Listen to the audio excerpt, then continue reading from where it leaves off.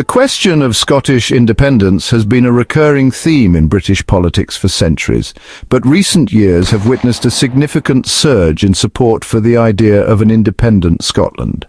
This resurgence is deeply intertwined with the UK's decision to leave the European Union, a move that was met with significant opposition in Scotland, where the majority voted to remain. The Scottish National Party, the leading voice for independence, has consistently argued that Scotland's future lies outside the UK and within the European framework, emphasising the benefits of EU membership. Public opinion polls consistently show a substantial portion of the Scottish population favouring independence, with figures often hovering around the 50% mark and sometimes even higher. This level of support reflects a growing sense among many Scots that their interests and aspirations are not adequately represented within the UK, leading to a desire for greater autonomy. The SNP's continued electoral success in Scotland further underscores the widespread appeal of their independence message, which resonates with a broad spectrum of the population.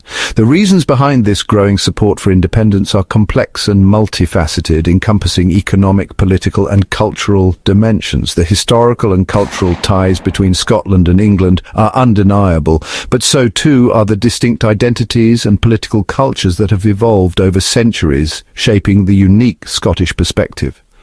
The Scottish Parliament, established in 1999, has provided a platform for Scottish voices to be heard on a range of issues, from education and healthcare to economic development and environmental protection, giving Scots a taste of self-governance.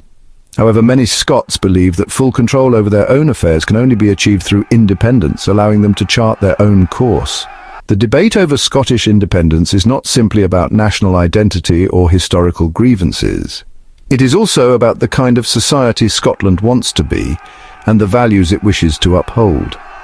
Supporters of independence often point to the social democratic traditions of Scotland, which they believe are at odds with the more market-driven approach of successive UK governments, advocating for a more inclusive society. They envision an independent Scotland as a fairer, more just and more equal society, one that is outward-looking and internationally engaged, ready to take its place on the global stage.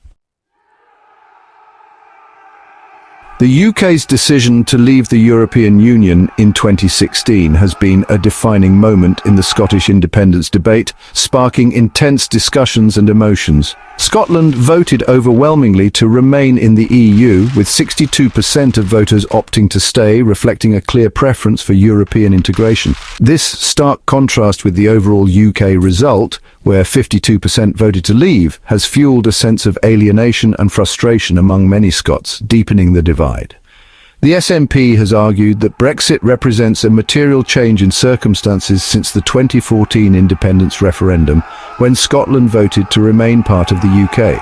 The party's position is that Scotland was taken out of the EU against its will, and that independence is the only way to protect Scotland's place in Europe and its future. The Scottish Government has also raised concerns about the economic impact of Brexit on Scotland, particularly in areas such as trade, investment and immigration. The UK Government's handling of the Brexit negotiations has further inflamed tensions with Scotland, exacerbating existing grievances. The Scottish Government has accused Westminster of ignoring Scotland's interests and of failing to engage constructively with its proposals for a softer Brexit. The SNP has also criticised the UK government's decision to rule out a second Scottish independence referendum in the near future, calling it undemocratic.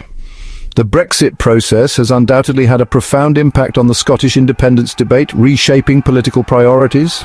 It has sharpened the sense of difference between Scotland and the rest of the UK, and it has given fresh impetus to the campaign for independence.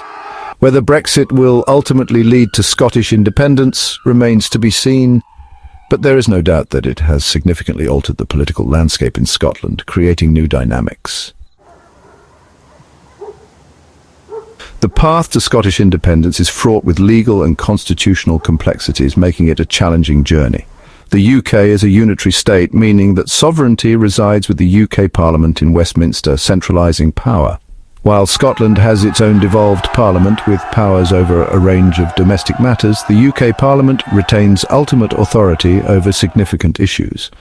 The Scottish Government's position is that it has a mandate to hold a second independence referendum based on the SNP's continued electoral success and the significant changes brought about by Brexit, which have altered the political landscape.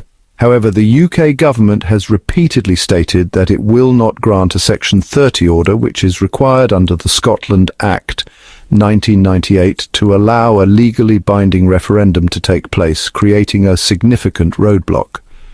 This impasse has led to a legal and constitutional debate about the legality of a second independence referendum without the UK government's consent, raising numerous questions.